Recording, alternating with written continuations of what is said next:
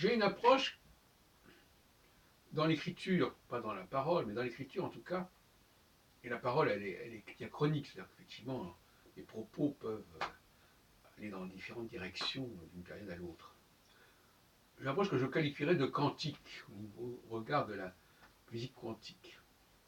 C'est-à-dire qu'il y a plusieurs niveaux de discours qui peuvent sembler contradictoires et qui sont complémentaires et qui s'ajoutent les uns aux autres. Et ce que je voudrais dire aujourd'hui, pour justifier un peu de mon itinéraire de chercheur,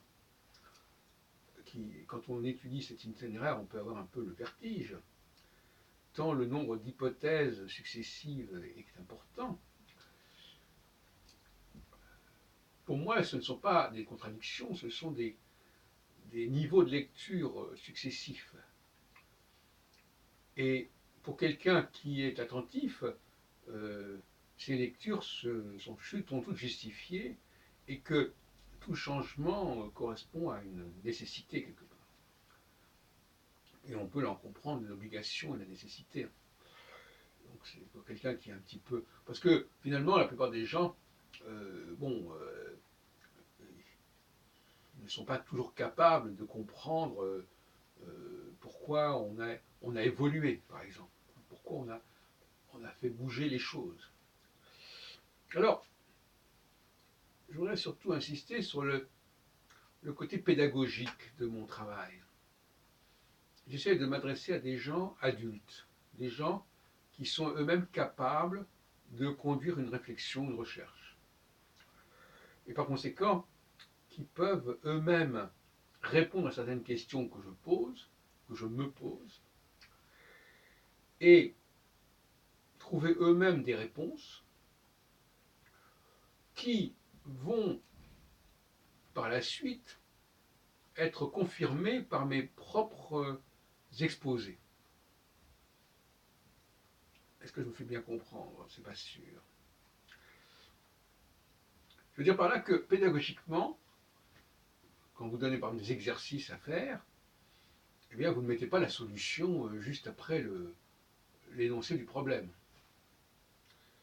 Il faut laisser la personne faire l'exercice. Mais c'est un peu ainsi que je procède. C'est-à-dire que je pose un certain nombre de questions et je ne donne la réponse que par la suite et que ailleurs. Ce qui permet aux gens qui sont en recherche d'avancer par eux-mêmes sans que je leur coupe l'herbe sous le pied, en quelque sorte. Et ensuite, en continuant à lire ou à écouter ce que je dis, ils verront que dans quelle mesure leur propre réflexion, leur propre évolution de pensée va recouper la mienne. Donc il y a une sorte de dialogue qui s'instaure de cette façon. Et je reconnais que je m'adresse à plusieurs niveaux de lecteurs, des lecteurs de plusieurs niveaux, si on préfère. Il y a le lecteur de base qui, lui, il veut qu'on lui donne toutes les réponses aux questions qui sont posées et qui se considère qu'il n'a pas à chercher quoi que ce soit, il n'a pas à réfléchir. Et puis il y a un deuxième niveau de lecture, qui est au contraire que des questions qui sont posées, il se les pose aussi, et il va lui-même aller de l'avant et trouver les réponses. Et alors soit, ce qui peut se produire, il va trouver des réponses à des questions auxquelles je n'ai pas trouvé de réponse, soit il va trouver des réponses et il va s'apercevoir que moi aussi j'ai proposé la même réponse un peu plus loin, un peu plus tard. C'est ce jeu-là qui me paraît intéressant. Alors je dis quantique parce qu'effectivement, il y a une sorte de jeu de ping-pong, hein, une question, pas forcément de réponse, et puis après la réponse vient, et cette réponse vient remettre en question le niveau de question initial, etc. etc. Alors, je répète, encore une fois, c'est ça qui m'intéresse, Et c'est un jeu de pistes, en quelque sorte, que j'ai instauré, aussi bien dans mon travail de mise en ligne régulière et quotidien de mes réflexions sur YouTube, la chaîne de la subconscience, que dans l'ouvrage que je vais bientôt donner à publier et qui va faire à peu près 1200 pages et qui va lui-même comporter, parce qu'en 1200 pages, si on met 1200 pages, c'est pas pour dire les choses en 100 pages, ce que je pourrais faire quelque part. Voyez-vous, donc il y a une façon didactique de procéder. Ce que j'appelle, je trouve que parfois, quand on présente les choses de manière trop compacte, n'est-ce pas, trop succincte, ce qui ne peut se faire que lorsqu'on a complètement terminé un processus de réflexion, et que lorsqu'on commence à écrire, on sait déjà tout ce qu'on va écrire.